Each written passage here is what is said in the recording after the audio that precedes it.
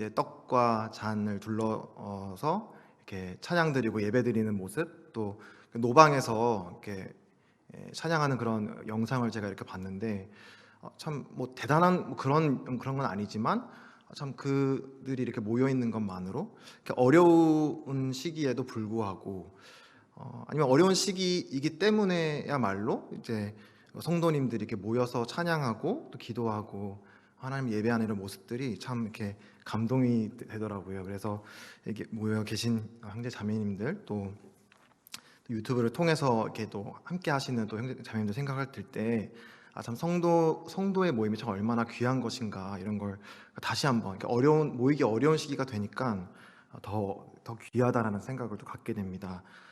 참 기도하는 마음으로 오늘도 계속 이제 성령님의 은사에 대해서 또 교회와 또 그리스도를 믿는 신자 각각에게 하나님께서 선물로 주시는 이제 은사에 대해서 오늘 또 이어서 살펴보게 될 터인데요. 오늘 또 이렇게 유익이 되는 그런 시간이 되기를 또 기도하는 마음으로 올라왔습니다. 이제 혹시 그 MBTI라고 하는 그 테스트를 혹시 들어보시거나 해보신 적이 있는지 모르겠어요. 잘 아시는 분들은 굉장히 또 많이 해보시고 잘 아실 텐데 이제 성격 유형 테스트, 기질 유형 테스트를 이제 MBTI라고 하더라고요. 그래서 최근 또 많은 사람들 사이에서 유행을 하면서 내가 어떤 성격 또 어떤 기질의 사람인지를 이렇게 여러 학문들을 이렇게 체크를 해가지고 거기서 결과를 나오면은 그걸 가지고 나는 이런 사람이구나, 저 옆에 있는 사람들은 저런 유형의 사람이었구나라는 거를 서로 이렇게 체크해보고 나누는 그런 일들이 종종 있는데, 저도 제가 뭐 정확히 기억은 안 나는데 그 결과를 보고 참 맞다 이런 생각을 가지게 되었습니다. 제가 이제 이런 MBTI 이런 얘기를 먼저 꺼내는 이유가 이제 은사에 대해서 생각을 하게 될 때 일반적으로나 아니면 뭐 제 자신도 보통은 그렇게 접근을 많이 하는 것 같아요. 나는 어떤 은사를 가지고 있을까? 또 내가 가진 은사가 있다라고 한다면 그 은사를 성도님들에게 조금 더 유익이 되도록, 또 주님께 영광이 되도록 어떻게 활용할 수 있을까, 이런 걸 찾고 싶고 또 개발하고 싶잖아요. 그래서 그런 마음에 또 그런 여러 가지 테스트들, 나의 기질이라던가 또 성격이라던가 또는 이제 그것과 관련된 여러 은사에 대한 그런 테스트를 이렇게 해보는 일들이 종종 있는데, 저는 그런 방법도 참 좋고, 그리고 무엇보다 그 은사라는 게 나랑 멀리 동떨어져 있는 것이 아니라 내가 바로 그 은사를 주님께서 주신 게 있고 그거를 잘 활용하도록 관심을 가지고 그걸 찾고 또 개발하는데 그런 제시할 수 있는 좋은 방법이라고도 생각을 합니다. 다만 이제 오늘 제가 나누게 될 이제 에베소서 4장을 본문으로 하나님께서 이 은사에서 어떻게 말씀하시는지에서 오늘은 이제 묵상하게 될 터인데요.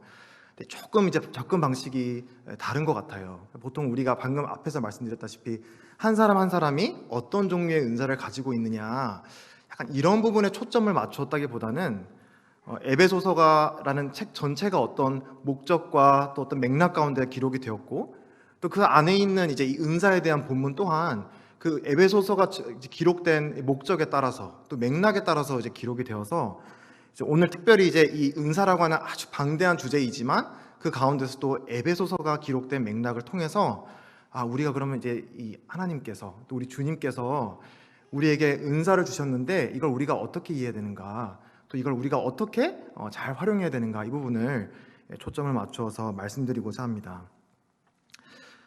이제 4장을 펴시면 1절에 이렇게 시작을 합니다. 그러므로 주 안에서 갇힌 내가 너희를 권하노니 너희가 부르심을 받은 일에 합당하게 행하여. 이게 그러므로라고 하는 접속사로 시작을 하고 있습니다.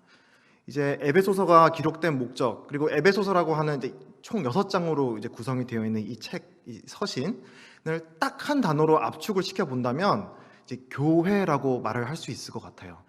에베소서는 교회에 대한 하나님의 말씀입니다.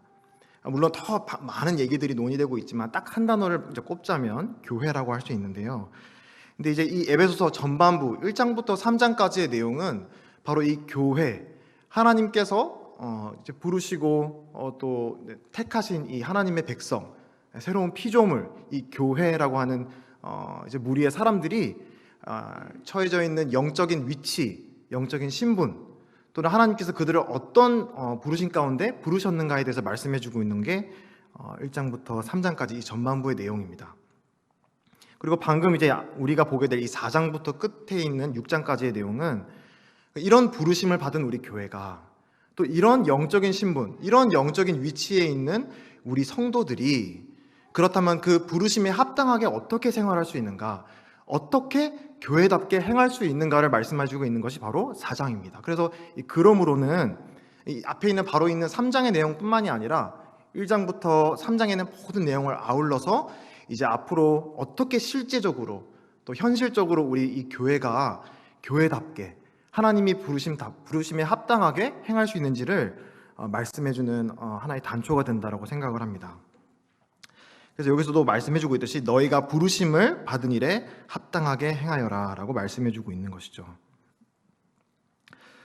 그래서 이제 그렇다면 특별히 이제 그 4장으로부터 시작되는 이 실제적인 교훈들도 여러 항목들이 이제 주어져 있습니다. 예를 들면 오늘 우리가 보게 될 본문 4장 같은 경우는 이제 이 교회가 실제적으로 어떻게 하나된 삶을 살 수 있는지, 교회의 하나됨을 이 성도들, 이 교회가 어떻게 나타낼 수 있는지에 대해 말씀을 해주고 있고, 또 빛 가운데 거하는 것, 경건한 생활, 거룩한 생활, 또 지혜로운 생활, 사랑 가운데 거하는 생활, 또는 또 우리가 싸우는 그런 영적인 전투를 우리가 어떻게 임해야 되는지에 대한 그런 지침들, 이런 구체적인 지침들이 4장부터 6장까지 나오고 있는데요.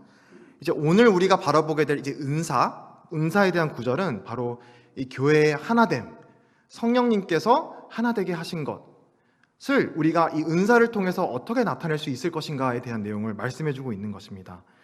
그래서 오늘 제가 나누고자 하는 이제 내용의 주제를 생각해 보게 된다면 교회의 하나됨과 은사라는 주제로 한번 생각을 해보면 어떨까 생각을 합니다.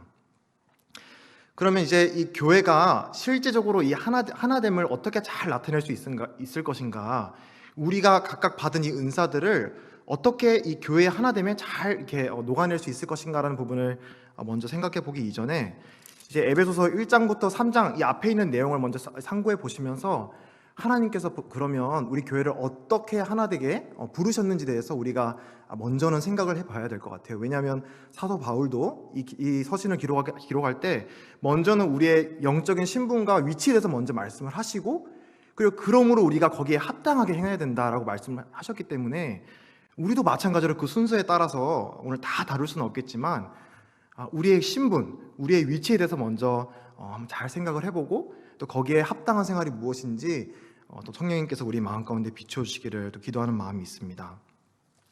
하나님께서는 이 에베소서라고 하는 많지도 않지만 또 적지도 않은 이 서신을 통해서 이 우주 만물, 하나님께서 창조하신 모든 세상을 향한 아주 원대한 계획을 이 에베소서를 통해서 계시해 주시고 또 조명해 주시고 계십니다. 1장을 한번 펴주시면 감사하겠는데요. 에베소서 1장을 보시면은 바로 이 교회를 부르심을 받은 우리 각각의 그리스도인들, 이 예수님 안에서 거듭난 이 그리스도인들이 이 주님 안에서 이제 하나님께서 하늘로부터 주시는 신령한 모든 복들을 우리가 이제 누리게 되었다라고 하는 그런 여러 복들을 통해서 이 서신을 시작하고 있습니다. 그래서 이제 우리 그리스도인들이 주님 안에서 누리게 된 이 놀라운 복들, 우리의 아주 훌륭하고 우리가 이제 상상할 수 없는 아주 탁월한 그리고 풍성한 이 영적인 자산들, 우리가 이미 소유하고 있는 영적인 자산들에 대해서 1장에서 아주 깊이 있게 말씀을 해주고 있는데요. 그 가운데 이제 제가 주목하고자 하는 이제 말씀 구절이 이제 9절과 10절입니다. 이제 9절과 10절을 제가 읽도록 하겠습니다. 그 뜻의 비밀을 우리에게 알리신 것이요 그의 기뻐하심을 따라 그리스도 안에서 때가 찬 경륜을 위하여 예정하신 것이니 하늘에 있는 것이나 땅에 있는 것이 다 그리스도 안에서 통일되게 하려 하심이라. 하나님께서 이 원대한 하나님께서 창조하신 창조주 하나님께서 그분의 이 창조하신 세상, 하늘에 있는 것과 땅에 있는 것을 향해서 아주 큰 비전과 계획과 뜻을 갖고 계신 것을 이제 예전에 구약 시대에는 감추어졌던 것이 예수 그리스도를 통해서 계시되고 우리에게 밝히 드러났다라고 말씀을 해주시면서, 그게 무엇이냐? 바로 예수 그리스도를 통해서 이 만물이 통일되게 하시는 것이 바로 하나님의 뜻이다라고 말씀해주고 있다라는 것입니다. 근데 우리는 이런 하나님의 놀라운 큰 비전, 하나님의 뜻을 사실은 이 창세기라던가 하나님이 이 세상을 태초에 창조하실 때의 이야기를 우리가 보게 되면 그 힌트들을 볼 수 있는 것 같아요.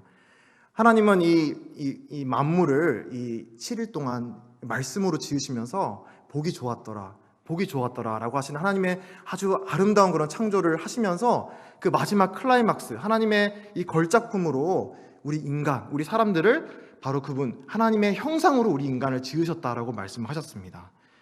그리고 하나님의 형상을 따라 지음을 받은 우리 인간들이 이 창조된 목적은 바로 이 하나님에게 하나님과 사랑의 관계 가운데 있도록, 하나님을 자발적으로 우리의 의지를 따라서 이 주님이 주신 놀라운 축복과 또 이런 놀라운 은혜들을 누리면서 하나님께 자발적으로 사랑하고 그분께 순종하고 그분이 말씀하신 것을 쫓아 살고 또 그분이 명하신 것처럼 이 우주, 이 세상을, 이 땅을 하나님이 통치하듯이 하나님의 형상을 입은 우리 인간들이 통치하도록, 또 보살피도록, 또 생육하고 번성하라고 하시는 하나님의 명하신 계명처럼 그분의 생명력으로 이 땅에 풍성하게 넘쳐나도록 충만하게 하는 것이 바로 이 인간들에게 주신 놀라운 사명이자 하나님의 큰 비전이었습니다.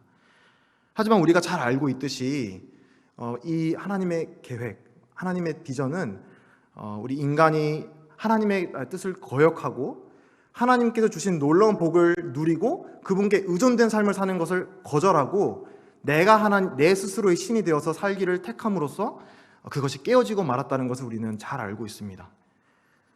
그래서 그 죄의 결과로 말미암아서 우리 사람들은 결국 하나님과 단절되었을 뿐만 아니라 사람과 사이도 단절되고 많은 그런 끔찍한 결과를 우리는 맛보게 되었습니다.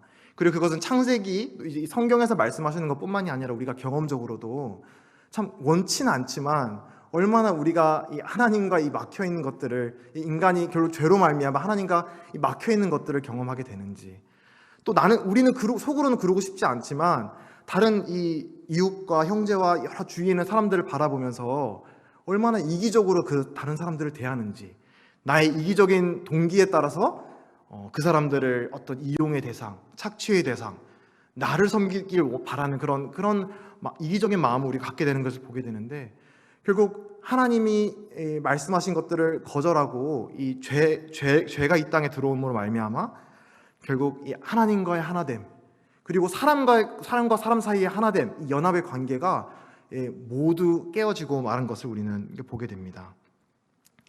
하나님의 뜻은 그것이 아니었습니다. 하나님의 인간을 지신 목적은 그게 아니었습니다.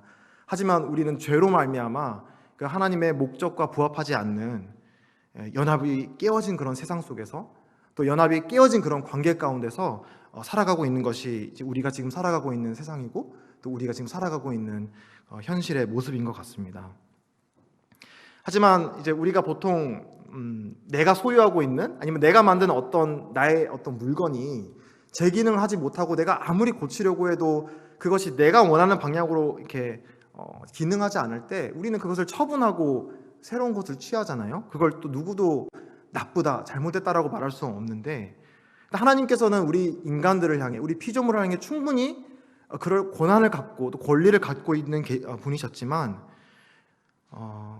하나님께서는 우리 그런 하나님을 저버리고 죄 가운데 빠져 살아가는 우리 사람들을 향해서 긍휼히 여기시고, 또 그 인간들을 구원하시기 위해서 그분의 아들 예수 그리스도를 이 땅에 보내시기로 작정하셨습니다.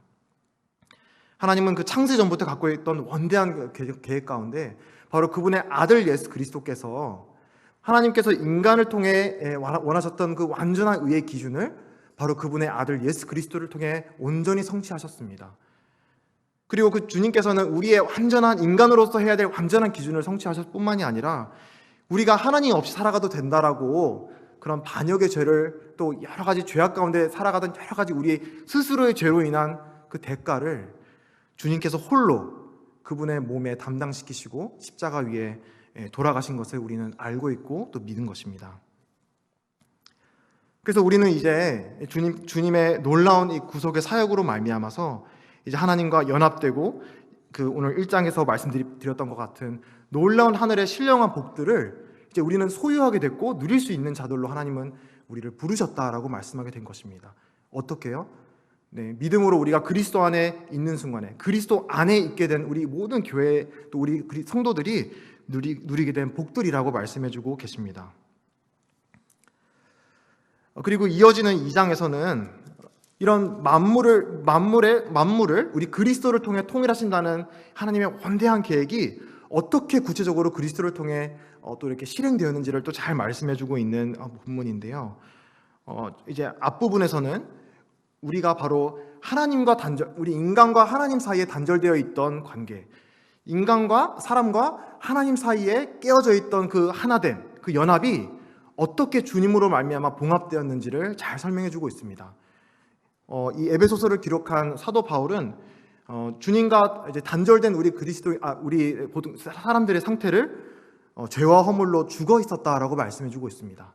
그냥 연약한 존재다, 좀 아픈 존재다라는 말이 아니라 아주 강한 어조로 하나님과 단절된 이 하나님과의 연합이 깨어진 이 인간들을 향해서 우리는 죄와 허물 가운데 죽어 있었다라고 말씀해주고 계신데, 근데 바로 우리 주 예수 그리스도의 은혜로 말미암아서, 우리 주님의 십자가 사역으로 말미암아서 우리는 거룩하신 하나님과 우리 죄인 가운데 막혀있던 그 마치 성막 안에 휘장으로 두껍게 가로막혀있던 그 길이 이 주님의 육체의 죽음으로 말미암아 활짝 열려서 이제 하나님 앞에 담대함으로 나아갈 수 있는 사람들이 되었다. 우리는 이제 하나님 앞에 살아있는 사람이 되었다라고 말씀해주고 있습니다.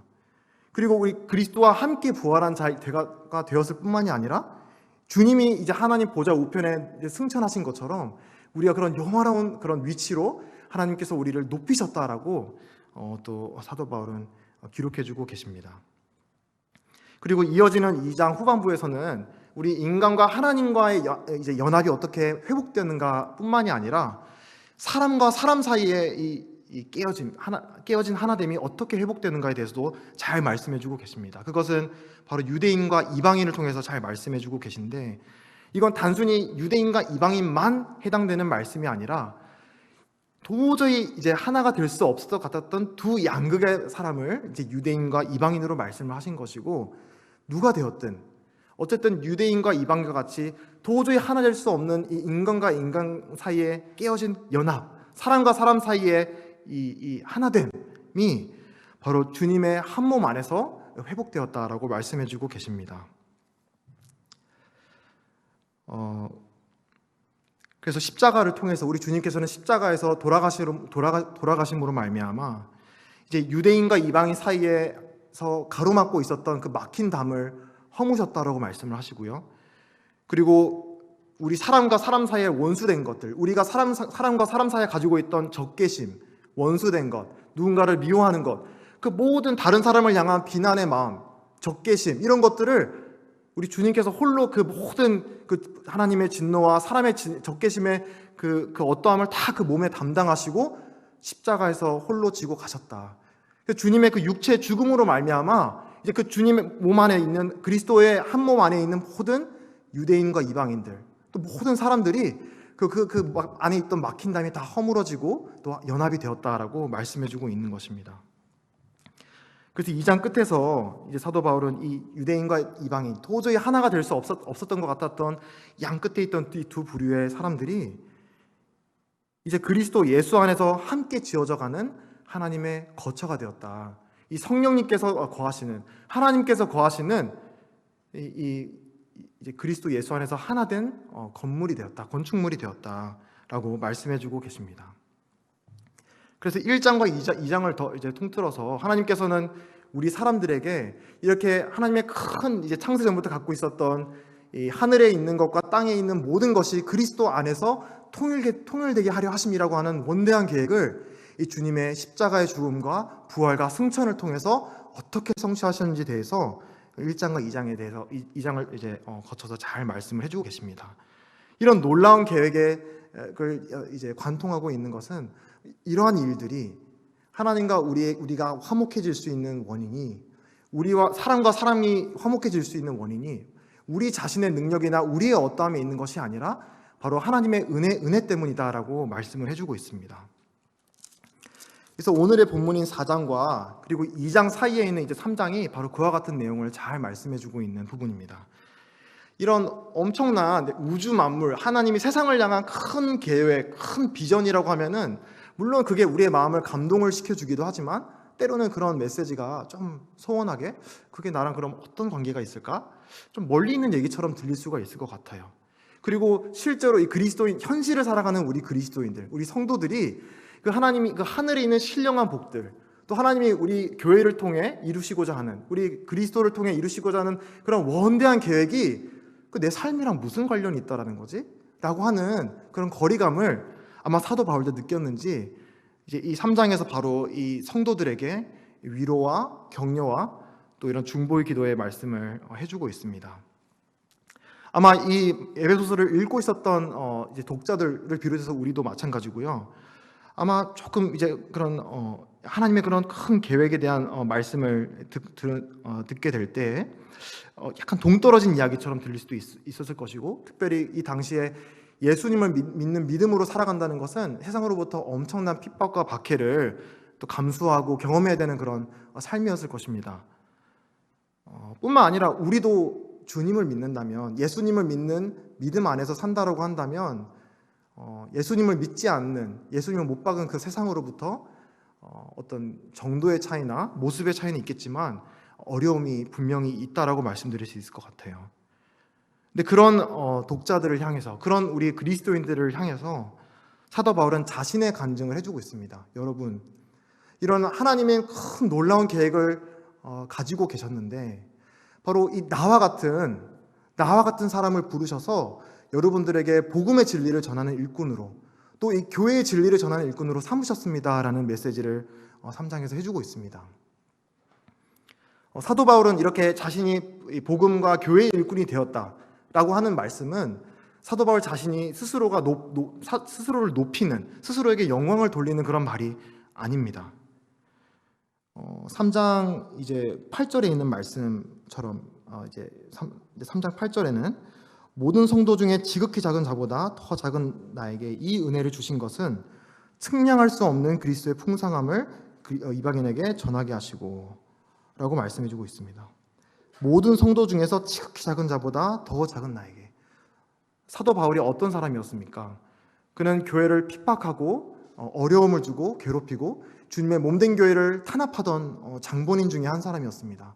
그는 진심으로 마음속으로 자기 자신은 정말로 하나님의 이 큰 호의를, 또 이런 하나님의 놀라운 선하신 계획을 본인은 도저히 받을 자격이 없는 사람이다라고 인식하고 깨달았던 것 같습니다. 나는 예수 그리스도의 몸된 교회를 파괴하려고 노력했던 사람입니다. 나는 주님을 대적했던 사람입니다. 나는 이 모든 성도 중에 가장 작은 자 중에 더 작은 자, 누구보다 난 하나님의 호의를 받을 자격이 없는 그런 사람인데도 하나님께서 나를 왜 부르셨냐? 그건 절대로 나의 어떠함, 나의 능력, 나의 재능, 나의 어떤 배경 때문이 아니라 그건 하나님의 은혜 때문입니다. 하나님이 은혜로우신 분이기 때문에 은혜 가운데 나를 선택하시고 그분의 복음 전하는 자로, 또 그분의 교회의 진리를 전파하는 자로 나를 삼으셨습니다 라고 말씀해주고 있는 것이죠.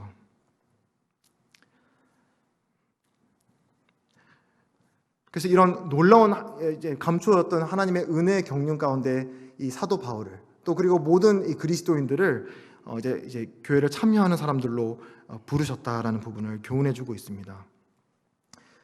그리고 이제 13절에서 그러므로 너희에게 구하노니 너희를 위한 12절부터 읽겠습니다. 우리가 그 안에서 그를 믿음으로 말미암아 담대함과 확신을 가지고 하나님께 나아감을 얻느니라. 그러므로 너희에게 구하노니 너희를 위한 나의 여러 환난에 대하여 낙심하지 말라. 이는 너희의 영광이니라. 1장과 2장에서 하나님께서 계시하신, 하나님께서 밝혀주신 이 교회, 그리스도, 그리고 이 세상을 향한 아주 원대한 하나님의 비전과 뜻을 우리가 깨닫고 그것을 행하기 위해서는 어떤 정보만으로는 부족한 것이죠. 우리가 진정으로 하나님의 은혜를 깨닫게 될 때, 하나님께서 나를 어떤 은혜로 나를 구원하시고 나를 찾으시고 나를 구원하셨는지를 우리가 깨닫게 될 때, 그런 하나님이라면 나는 이 하나님의 은혜의 계획에 참여할 수 있겠구나. 그런, 아무리 나 자신을 볼 때는 아무리 부족하고 쓸모가 없고 자격이 없는 사람이지만 이 하나님의 계획이 얼마나 은혜로우시고 또 부족하고 아무 자격 없는 자들을 하시는 하나님이라면, 그리고 그런 사도 바울을 선택하신 하나님이라면 나도 그런 하나님께서는 나를 선택하시고 부르시고 이 교회 가운데 하나님께서 나를 사용하실 수 있겠구나라는 위로와 또 격려를 받을 수 있었을 것입니다. 근데 이러한 사도 바울의 권면, 위로, 또 격려는 우리에게도 마찬가지로 적용되는 말씀이라고 생각이 듭니다. 우리 자신을, 또 저에게 하는 말씀이기도 하는데요, 제 자신을 보게 될 때는 도저히 하나님으로 쓰임을 받기에 너무나 부족하고 쓸모가 없고 어떤 자격이 없는 것을 매번 경험하고 또 발견하게 됩니다. 하지만 하나님께서는 나 자신을 바라보기보다 먼저는 하나님께서 자격 없는 자들을 택하시는, 얼마나 하나님의 은혜가 풍성한지를 바라보라고 말씀해주고 계십니다. 그리고 이제 3장 후반부를 이제 가게 되면 이제 그가 이제 이 성도들을 위해서 또 각각의 그리스도인들을 위해서 이제 이런 삶을 살기 위해서 이제 주 예수 그리스도의 사랑을 깊이 묵상하고 깨닫게 되기를 기도하고 있는 것을 우리는 읽게 됩니다. 근데 정말 그런 것 같습니다. 정말 우리가 주님을 기쁘시게 하는 삶, 그리스도인다운 삶, 또 하나님의 은혜에 참여하는 삶, 교회다운 교회가 되기 위해서는 어떤 정보만이 필요한 것이 아니라 결국은 그리스도의 사랑이 내 마음에 가득해야만 정말 그런 사랑을 살 수 있게 된다는 것을 저도 경험하게 되는 것 같습니다. 그래서 사도 바울은 이 에베소서를 읽고 있는 모든 성도들에게, 또 우리들에게 주님이 우리를 얼마나 사랑하셨는지 기억하십시오. 주님의 사랑의 깊이와 넓이와 높이와 그 원대함, 얼마나 주님이 여러분들을 사랑하고 계신지, 사랑하셨는지, 또 앞으로도 사랑할 것인지에 대해서 여러분 주님의 사랑을 굳게 붙드십시오. 주님의 사랑에 여러분의 영혼을 깊숙이 뿌리 내리십시오 라고 간곡히 이제 중보 기도를 하고 있는 것입니다. 저도 이 말씀 은사를 이렇게 기억하게 되면서 어떤 기능적인 교회에서 어떤 일을 해야 된다는 것에 앞서서 먼저는 주님이 우리 한 사람 한 사람을 얼마나 사랑하셨는지, 우리 주님께서 우리 교회를 얼마나 사랑하셨는지를 기억하고 또 마음으로 깨닫고 그 주님의 사랑이 우리 마음 가운데 충만한 것이 먼저 우선시 되어야 된다는 것을 교훈받게 되었습니다. 그래서 이렇게 우리의 마음이, 또 그리스도인들의 마음이 그리스도의 사랑으로 충만하게 될 것을 이렇게 이제 기도하는 이제 대목이 지나가고 난 뒤에 나오는 것이 바로 이제 오늘의 본문인 이제 에베소서 4장인데요. 그래서 이제 4장에서 이제 말씀하고 있는 것은 이렇게 1장, 2장, 3장에 걸쳐서 하나님께서 이 그리스도를 통해 또 그분의 몸인 교회를 통해서 이 우주 만물을 향해 어떤 계획을 갖고 계신가, 또 특별히 이 그리스도 안에서 만유를 통일시키시려고 하는 하나님께서는 이제 우리 교회의 실제적인 삶을 통해 그 하나됨을 나타내기를 원하시는 분이라는 것을 이 4장 1절부터 16절을 통해서 말씀해주고 계십니다.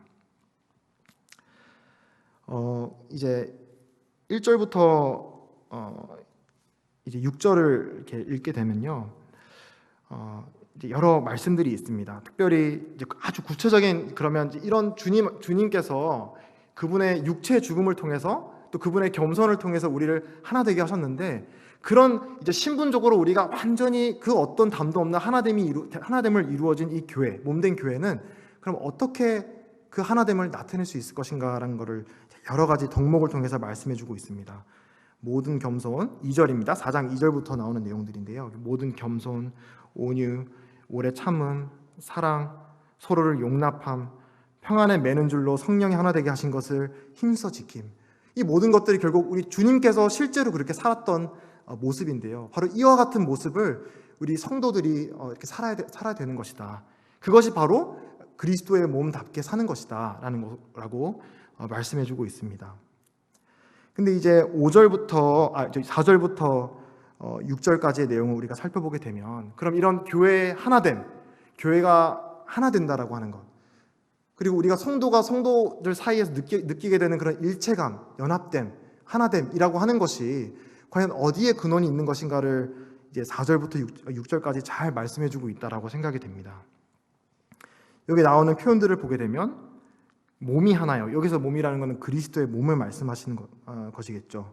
그리스도의 몸, 성령, 너희가 부르심의 한 소망 안에서 부르심을 받음, 주도한 분이심, 믿음, 세례, 하나님.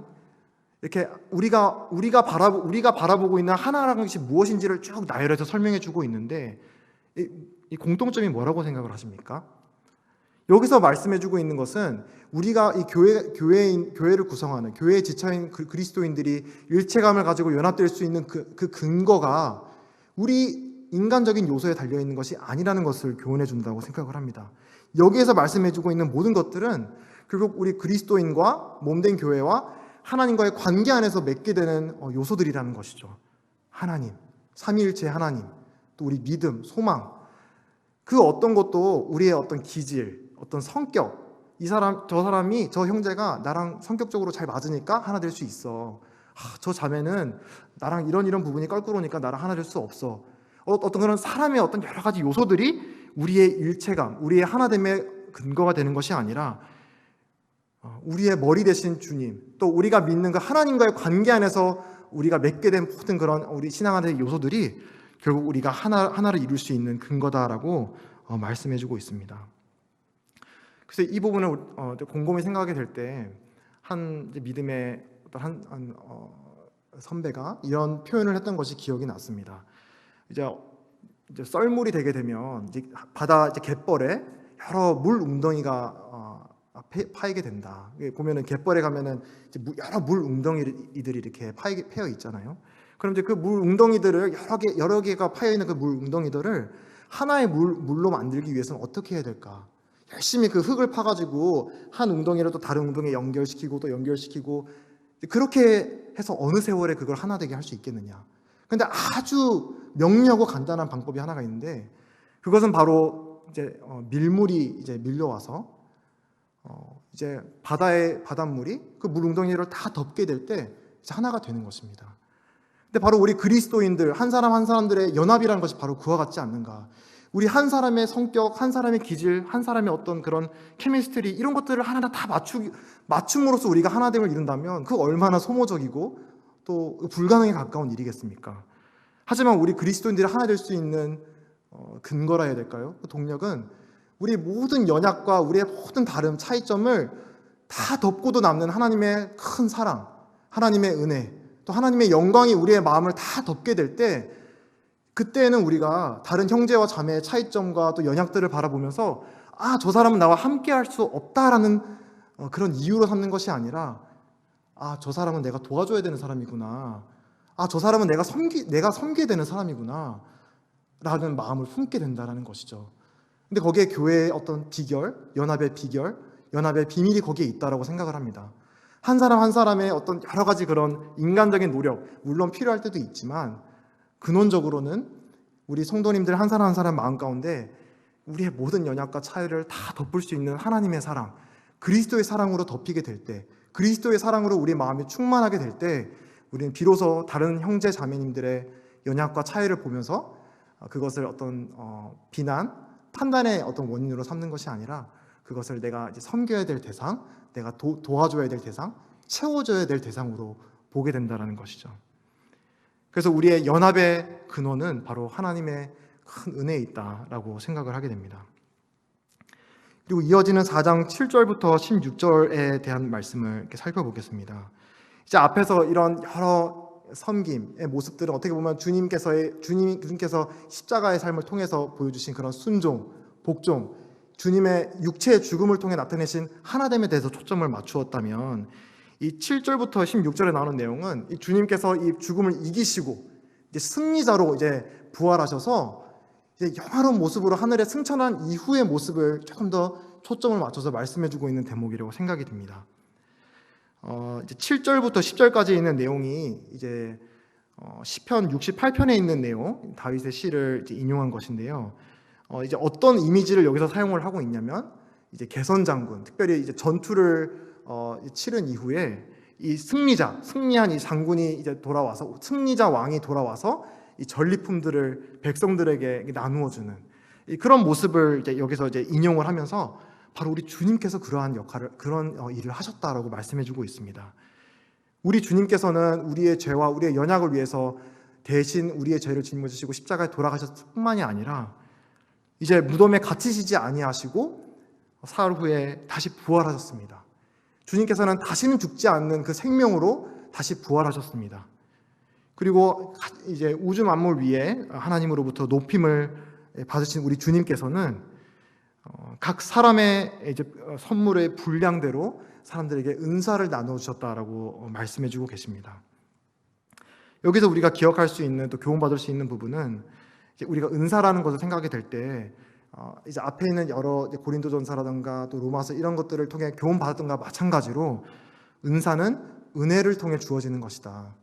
우리가 이 받은 은사, 주님께서 주신 이 은사인데, 이 은사를 가지고 다른 사람과 비교하거나 어떤 것이 더 높고 낮고 내 것이 더 저 사람보다 낫고 아니면 이 은사를 가지고 다른 사람과 어떻게 경쟁을 해야 되고 이런 차원의 문제가 아니라 우리의 가장 근원적인 문제와 연약과 악함을 가장 잘 동정하시고 이해하시는 주님께서, 그 부활하신 주님께서, 우리 사람을 가장 잘 이해하시는 그 바로 우리의 선한 목자께서, 또 우리의 왕께서 우리를 가장 잘 이해하시는 분이기 때문에 우리에게 가장 합당한 은사를 각 사람에게 선물로, 그분의 승리의 전리품으로서 우리에게 하사하셨다라는 말씀을 해주고 있는 것입니다.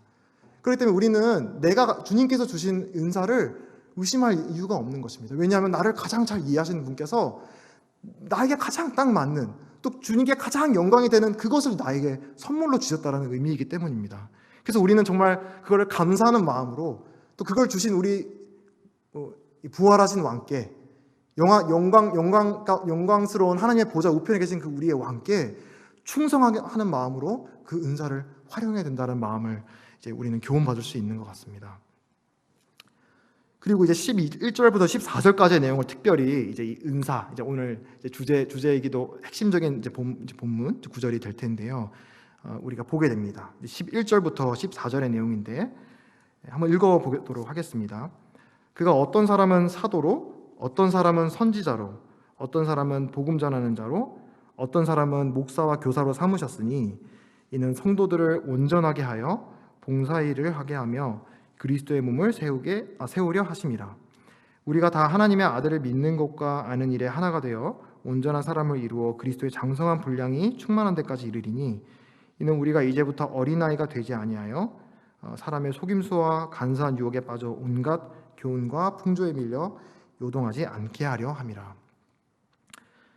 여기서 이제 은사에 대해서 말씀해 주고 계십니다. 특별히 이제 그 각 사람에게 분량대로 주신 은사도 물론 여기 있지만, 특별히 이제 이 10절에 어딘가요? 11절에 나오는 하나님께서, 특히 이제 부활하신 주님께서 이 교회에게 은사를 주셨는데, 여기서 말하는 은사는 로마서, 또 베드로전서, 또 고린도전서 12장 이런 다른 본문에서 말하고 있는 것과는 조금 차이가 있습니다.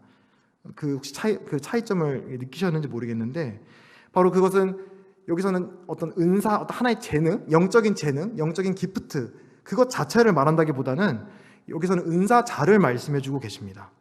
근데 은사자를 말씀해주고 계신데 여기서 말씀하시는 이 5 은사자들의 모습을 한번 하나하나 읽어보시면 어떤 공통점을 찾을 수 있으시겠습니까? 사도, 선지자, 복음 전하는 자, 목자, 교사, 이렇게 5가지의 이제 은사자들이 나오는데, 이 은사자들을 하나님께서 교회에게 선물로 주셨다라고 말씀해주고 계시거든요.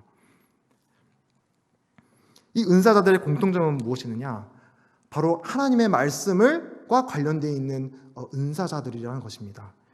이제 하나님의 말씀을 계시를 받고 그것을 교회에게 전해주는 사람, 또 그 받은 말씀을 잘 해석하고 분발하여서 성도들이 유익이 되고 덕이 될 수 있도록 잘 풀어서 설명해주는 교사들, 또 선지자들, 또 그리고 믿지 않는 사람들에게 그 복음의 진리와 또 하나님의 말씀을 잘 가르쳐주는 사람들. 어쨌든 이 5 은사자들의 모습은 조금씩 다르지만 결국 하나님의 말씀을 전하는 사람들이다라는 공통점을 우리는 발견할 수 있는데요. 이제 아까도 말씀드렸다시피 이 에베소서는 바로 교회라고 하는 큰 맥락 속에서 이해를 해야 됩니다. 결국 교회를 하나 되게 하는 것, 교회의 진정한 의미에서 성령 안에서 우리가 하나 된 것을 지킬 수 있는 그 이제 비결, 또 그 은사를 활용할 수 있는 부분을 잘 우리가 생각해 보게 될 때 결국 하나님의 말씀이 빠질 수가 없다라는 것이죠. 교회는 바로 진리의 공동체인 것입니다. 앞서 말씀드렸던 은혜의 공동체일 뿐만이 아니라 교회는 하나님의 말씀이 선포되고 하나님의 말씀이 나누어지는, 또 하나님의 말씀이 사라지는 진리의 공동체입니다. 그래서 진리가 타협된 연합은 어떤 의미에서도 연합이라고 말할 수 없는 것이죠. 하나님이 맞다라고 하시는 것을 아니라고 하면서 연합된다는 것은 진정한 의미의 연합이 아닌 것이고, 또 반대로 하나님이 아니다, 해서는 안 된다, 거짓이다라고 하는 것을 맞다라고 타협하면서 그 교회가 진정한 의미에서 연합되었다, 하나 되었다라고 말할 수 있는 것이 아닙니다. 그래서 우리가 말씀 사역, 꼭 어떤 직분을 꼭 말씀드리는 건 아니고요. 우리가 하나님의 말씀을 전하는 사역을 또 생각해 보게 될 때, 말씀 사역은, 하나님의 말씀을 전하는 삶은 결코 어떤 다른 듣는 사람들의 마음과 기분을 그냥 기분을 좋게 해주는 데 목적이 있지 않다라는 것을 꼭 기억해야 되는 것 같습니다. 물론 위로와 또 격려가 필요할 때가 있지만, 결국은 이 말씀 사역의 목적은 12절에 잘 말씀되어 있죠. 이는 성도를 온전하게 하여 봉사의 일을 하게 하여 그리스도의 몸을 세우려 하십니다. 그 말씀 사역은 말씀 사역 자체의 목적이 있는 것이 아닙니다. 야, 말씀 사역자들 대단하다의 목적이 있는 것도 아니고, 또 말씀이 얼마나 잘 전해졌느냐, 다 중요한 부분들이지만, 결국 그 말씀 사역의 목적, 종착지는 결국 그 그리스도의 몸을 이루는 모든 지체들이 온전하여져서 선한 일을 하는 것, 봉사의 일을 하는 것이 바로 종착지이다라고 말씀해주고 있는 것입니다. 그리고 제가 알기로 또 믿기로 이 강단에 서시는 모든 형제님들도 이와 같은 믿음으로 말씀을 대하시고 또 전하시고 있는 것으로 알고 있습니다. 디모데 후서에서 사도 바울은 이렇게 말씀하셨습니다.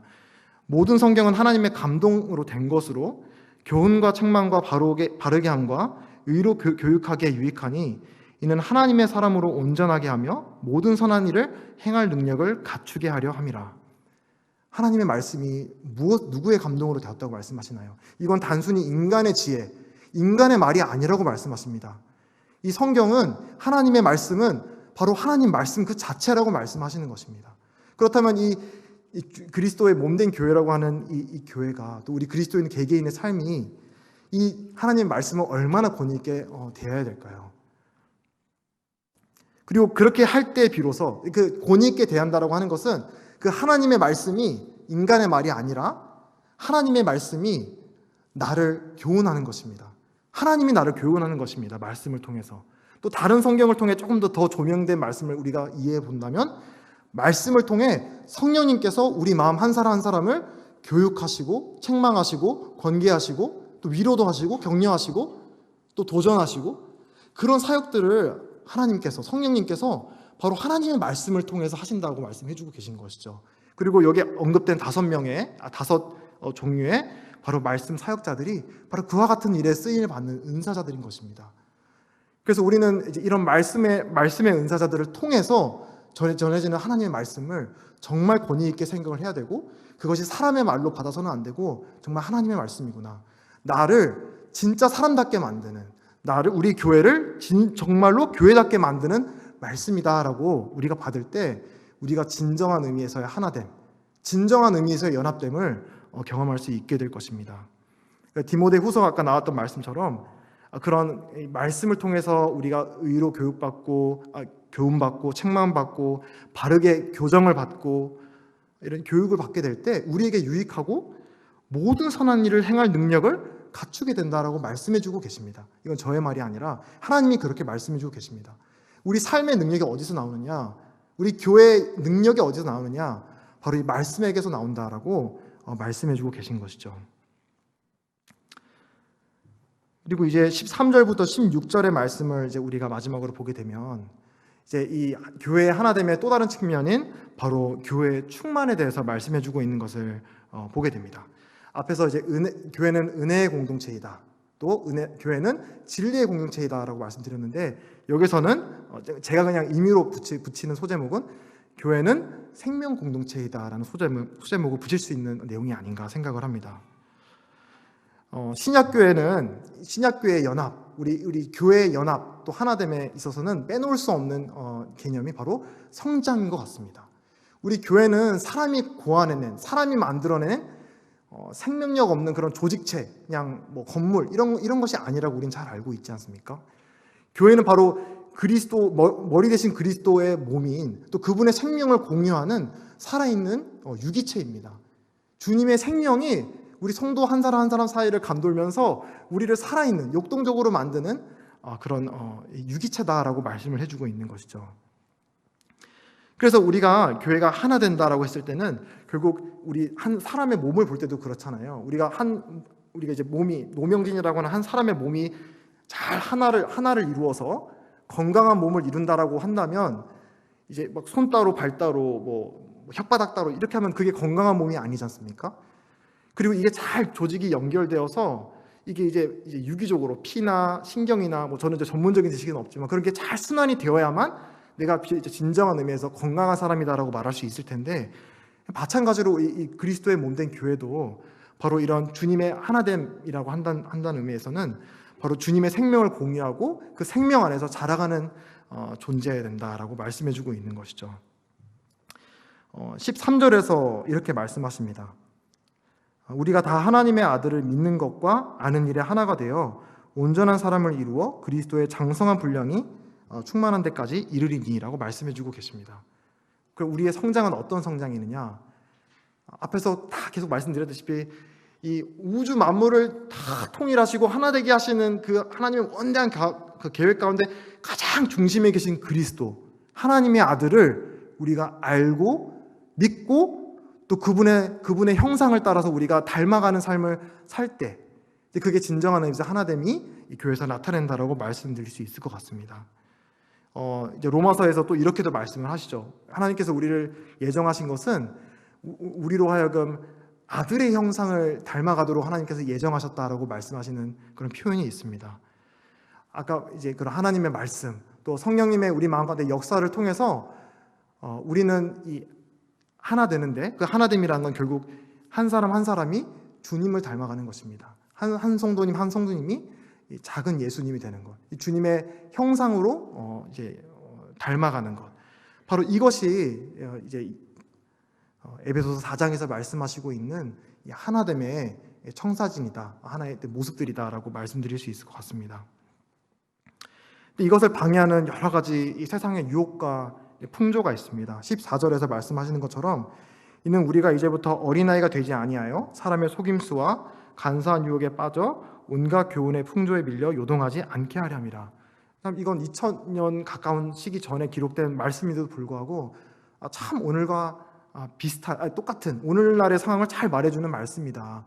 얼마나 이 세상에 수많은 그런 유혹과 풍조, 이 흐름이 우리 이 개개인 그리스도인들 또 교회가 정말 올바로 성장하는데 얼마나 큰 걸림돌들이 되고 있는지, 얼마나 이 세상적인 가치관들이 우리의 성장을 가로막고 있는지, 이런 것들을 이렇게 보게 될 때 이제 참 아멘이 되는데, 이제 그렇지 않기 위해서 우리는 하나님의 진리 안에서 또 주님 안에서 우리가 하나 되어야 된다라고 이제 하나됨을 힘써 지켜야 된다라고 말씀해주고 있다라고 생각합니다.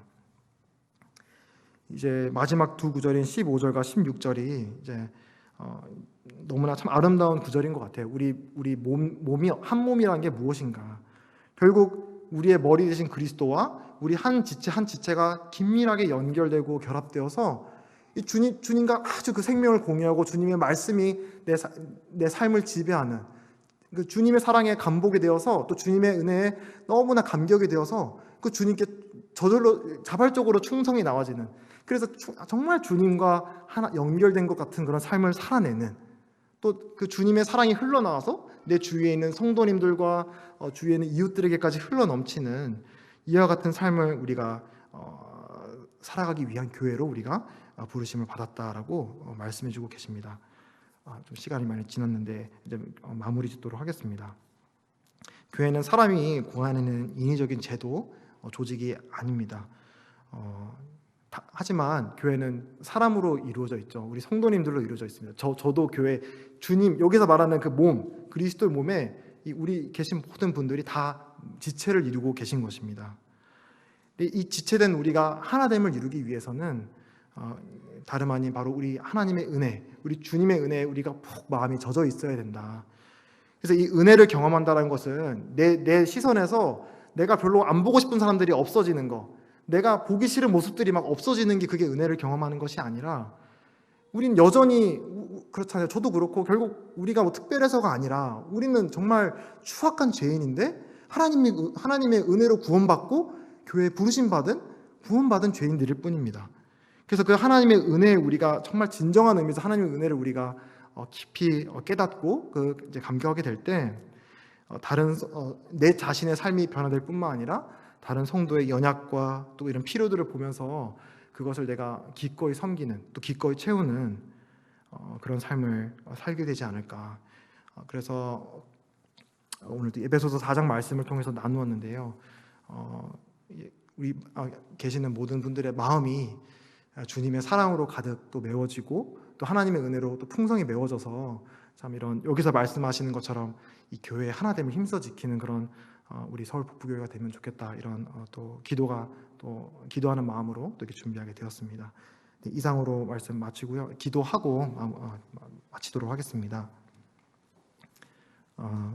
아버지 하나님 감사합니다. 오늘 말씀을 통해서 은사에 대해서 또 이 은사를 통해서 이 교회의 하나됨을 어떻게 힘써 지켜야 할지에 대해서 교훈해 주셨는데 성령님을 통해서 우리 모두의 마음을 감동시켜 주시고 또 이런 이 교회의 부르심에 합당한 삶을 살기에 부족함이 없도록 주님 또 능력 주시고 도와주시고 저에게 힘 주시기를 간절히 기도합니다. 이어지는 기도의 시간도 주님께 의탁드리며 이 모든 것 주 예수님 이름으로 기도했습니다.